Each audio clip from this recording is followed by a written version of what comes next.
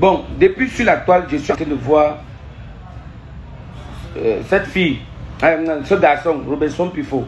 Je suis en train de voir cette fille, ce garçon, pardon, Robinson Pifo, en train de titiller quelqu'un qui a refusé beaucoup de loges, quelqu'un qui a refusé de se compromettre, qui est dans la droiture et qui est en train de conseiller les jeunes et qui dit trop de vérité, qui est Malox le Viber. Robinson Pifo, quand tu es amoureux, dis que tu es amoureux, même en catimini, ça peut se gérer. Tu lui demandes des excuses en disant, je suis amoureux de toi. On gère. Que de venir faire des bruits, de vociférer, les lèvres comme la soupape, donc comme la bouche de quelqu'un qui a sucé tous les bananiers du quartier. Quand il dit bananier, on comprend ce qu'il dit. Respecte-toi, madame, monsieur, respecte-toi, madame, monsieur. Hein?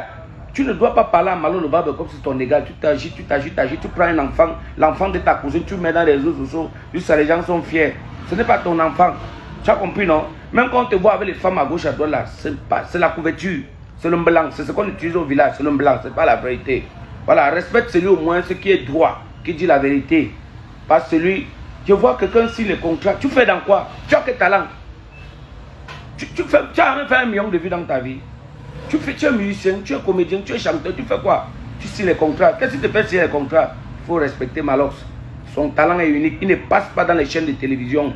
On le bloque dans les chaînes parce que dans ses musiques, les gens disent qu'il ne passe pas les messages, qu'il est grossier, mais vous assure, il chante ce que la jeunesse adore. Big up à toi, Malox. Je ne te supporte pas parce que regarder quelque chose. Mais dis la vérité parce que ce mec d'abord, c'est un gars qui n'est pas vrai. Ce mec qu'on appelle, ce garçon qu'on appelle Pifo. Donc respecte les gens qui ont vécu. Tu tentes encore de parler là-bas. C'est moi qui vais te chercher. Tintin va. Suite au clash entre Malox le Viber et Robinson Pifo, voilà Gâteau International qui a fait sa sortie. Et sa sortie, c'était pour tirer sur Pifo.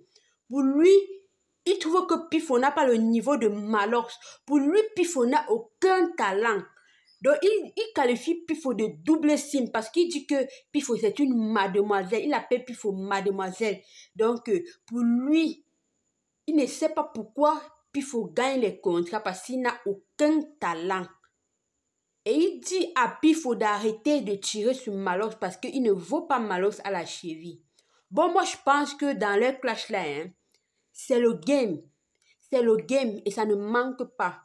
Il a acheté le problème de Coco Emilia et voilà comment c'est en train de suivre.